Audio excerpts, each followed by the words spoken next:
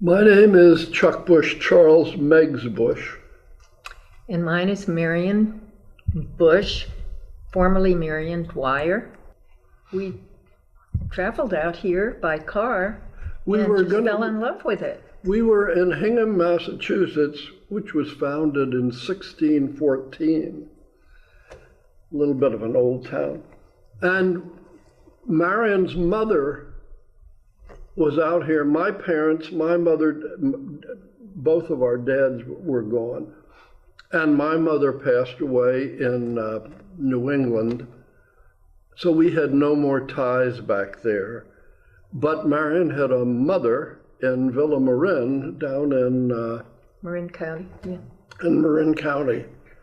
So then we were against, it was either Ashland, Oregon, or here.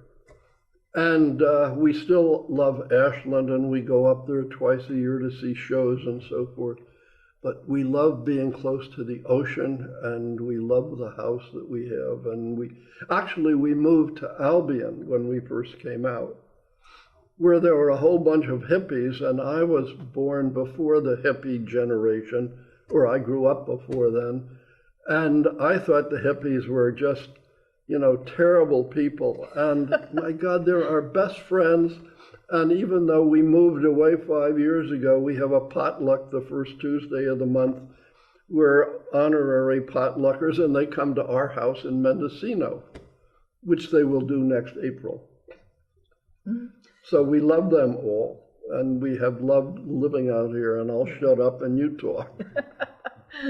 Well, we did fall in love with this place, and Chuck wanted to live with the trees and the redwoods. I wanted to be near an art center, so we settled in Albion for the first 19, 20 years, and then moved into town, which we are enjoying very, very much. So we can walk every place instead of driving in every darn day. It's my primary interest, other than the fact that I am an artist myself, and the scenery here in the town is very inspiring.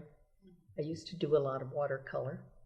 And sure, I met, actually, I knew Jenny a lot better than Bill, because at the time we first moved here, Bill wasn't around that much. He had a house in Puerto Vallarta and had sort of drawn back. And Jenny was the driving force here.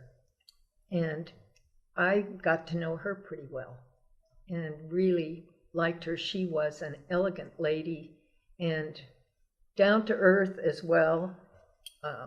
And she had such beautiful taste, and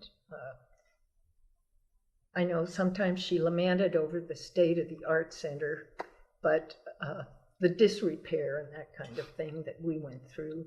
But she really knew how to fix it up for the rhododendron ball, which she conceived, and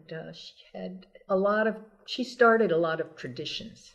But it was Bill that came up here and liked it. And, this had been a mill town, and the trees were shot to heck. And so anyhow, there was no mill town left. But everything was cheap because it was a dead mill town. And Bill came up here and sees this beautiful ocean and a town where you can buy stuff for property for very good prices. And there was the Denslow? No, the Preston Mansion. Mansion, which had just burned down the year before he came here, and which is where the art center is today. So anyhow, he came here, he didn't have much money. He borrowed $5,000 to buy a place here, and then started the art center, which he had always wanted to do, and I mentioned he had tried twice before. so the art center started, and he had been on Mount Tamalpais, Mount Tam, living there with Jenny, and they had lots of hippie friends down there.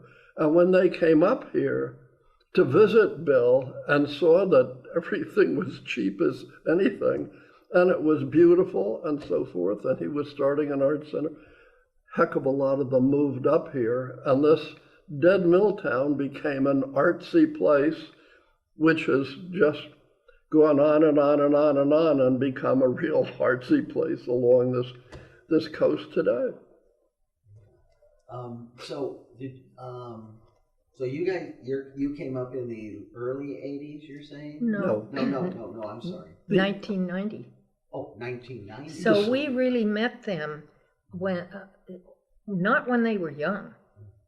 Jenny was, I think, in her early 70s. Lucia was living in town at the time. She now living in Ashland, I think, or Jacksonville.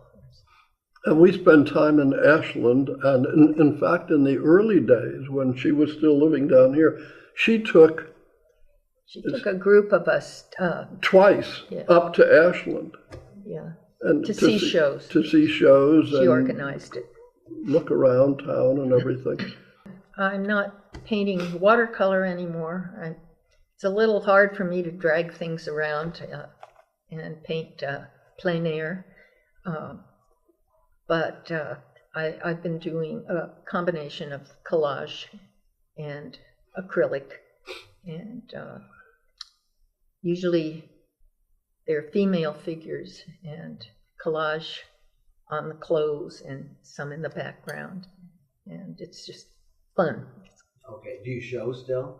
I do, yes. Where are some of your shows? Well, I have one here. I have a couple at Highlights on Main Street, and a couple of pieces in Wallala right now, and some at a lot at the house. Yeah. And I decided when she was doing all this wonderful painting that why shouldn't I start to paint? So I painted a wonderful picture of my son, and a couple of days later the kids were using it as a dartboard. So that gave me an idea of how good I was. I haven't painted since. Bill had gone to Italy, and when he came back, he had been head of the art center, of course, but when he came back, and he had built the theater, or he didn't build it himself. Well, he did a lot of it, Chuck. Yeah, he did. Hands-on. But when he came back from Italy, he was sort of past that, and he was out of management of the art center then. Jenny worked on fundraising all the time, and they worked together. And yes. With a lot of volunteers. It's just amazing how an organization like this just can't exist without a lot of volunteers. And what were the different things that we had to make money? Oh, well, yeah. We have the fairs twice a year, craft and art fairs, and Jenny's traditional hot wild blackberry sundaes, she called them. Yes. And in the old days, not so much anymore, we buy the berries, but we used to go in a group and pick the wild ones, and made sure it was authentic to the name of this wonderful dessert, and cook them down with a little sugar and pour them over vanilla ice cream. She started that tradition. It goes on today.